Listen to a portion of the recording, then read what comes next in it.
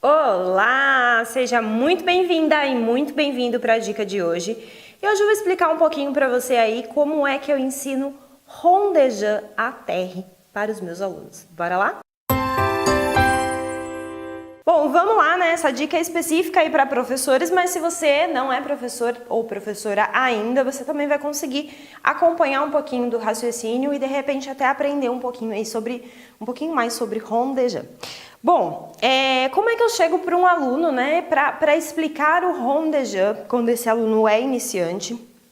Eu sei que tem muitas pessoas que utilizam a técnica do compasso, né, e de imaginar que tem giz na pontinha do dedo e tudo mais, mas tem alguns outros detalhes no meio do caminho que você pode começar a aplicar na sua explicação para o rondejã, que pode fazer com que seu aluno entenda muito mais rápido e principalmente consiga desenvolver a autocorreção, tá? Então, como é que eu faço? Normalmente chego para o aluno e falo, olha, então a gente vai fazer rondejã hoje, o que a gente vai fazer? A gente vai imaginar que embaixo dos nossos pés tem uma cruz, isso normalmente eu explico desde a primeira aula para o aluno. Tem um vídeo aqui que eu falo tudo sobre a cruz, eu vou deixar aqui para você. E a gente vai imaginar que tem essa cruz, então eu estou lá posicionada em cima da minha cruz. E aí o que a gente vai fazer? A gente vai fazer um tandi à frente. Quando eu falo para ele que a gente vai fazer um tandi à frente, ele já sabe fazer o tandi. Sim, foi a primeira coisa que eu ensinei.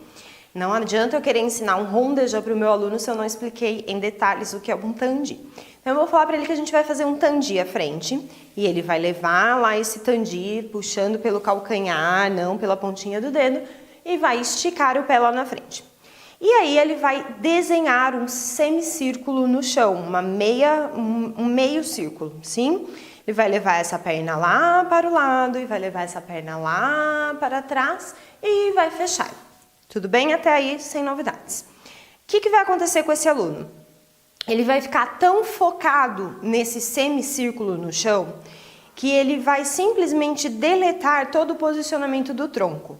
E aí ele vai começar a levar, a primeira coisa que ele faz, descer a cabeça. Ele vai fazer isso aqui para tentar olhar. Vai ser a primeira coisa que você vai corrigir. Olha para frente. Quer olhar uma vez para entender? Ok, agora a gente vai começar o exercício olhando para frente, porque conforme eu olho para frente, eu posiciono toda a minha coluna, que a gente precisa disso muito bem posicionado, para na hora que eu for para o centro, fazer giros e tudo mais, eu não cair, ok? E explico isso para o aluno, porque senão ele acha que é implicação minha, né? Do tipo, não quer que olhe a pressão, ai que saco. Não, explico para ele o porquê. E daí eu vou levar então esse tandi lá para frente e agora eu vou começar a levar para o lado. O aluno, quando eu não passo as orientações, que eu vou te explicar agora, ele tende a levar pensando no dedão. Ele imagina que o dedão dele está riscando o chão e aí ele só se concentra nesse dedão. E aí ele vai ficando andedã exatamente como eu estou agora.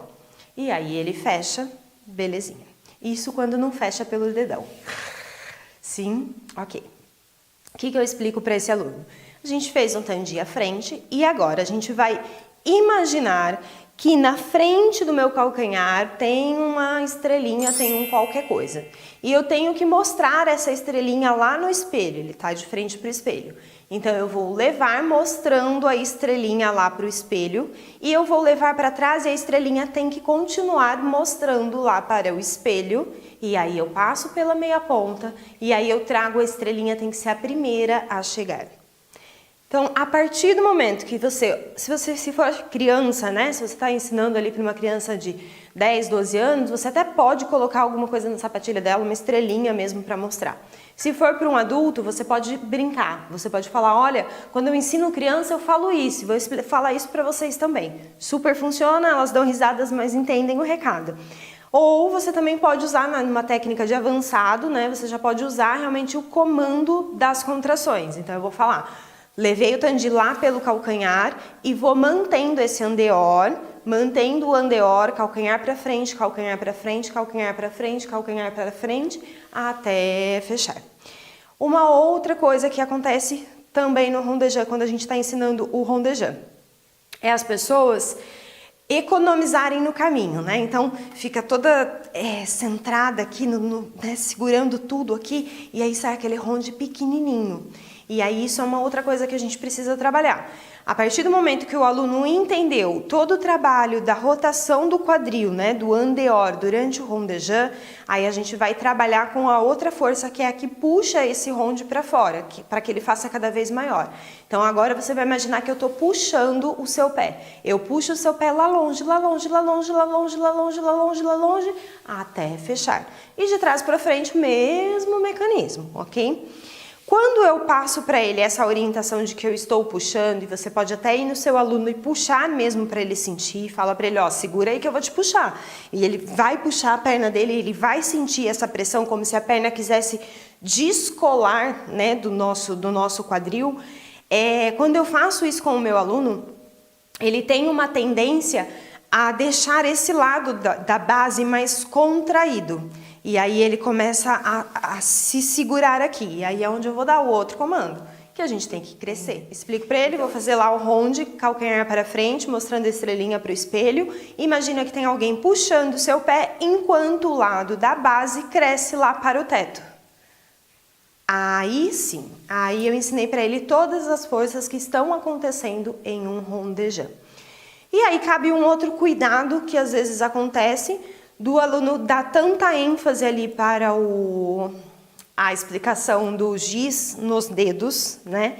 Que ele imagina que tem giz na ponta do dedão, e aí ele tenta ir com esse dedão, então ele faz tudo bem pertinho para o giz desenhar, e aí quando chega lá atrás ele faz isso. Vou fazer de lado para você infartar junto comigo. Tô lá, ele imagina, ó, dedão no chão, quando chega lá atrás ele faz isso aqui. Cuidado com a técnica do giz, tá? Quando eu utilizo a técnica do giz, eu falo para o aluno que o giz está entre os dois dedos. Eu imagino que o giz esteja aqui, assim. Sim? Aí o aluno consegue entender que o giz está ali e que ele não precisa ficar virando o giz para desenhar no chão, tá? Mas a técnica da estrelinha funciona muito melhor e dá uma visualização do passo para o aluno, que ele começa a realmente sentir o quadril dele, a rotação do quadril. E depois, para você explicar o ronde anulero, fica muito mais fácil. Ok? Espero te ajudar de alguma maneira aí com suas aulas, com os seus alunos. Espero que você tenha gostado da dica de hoje. Se gostou, não esqueça de dar um curtir aqui embaixo, é importante pra gente. Se inscreva no canal do YouTube, que tem dicas todos os dias.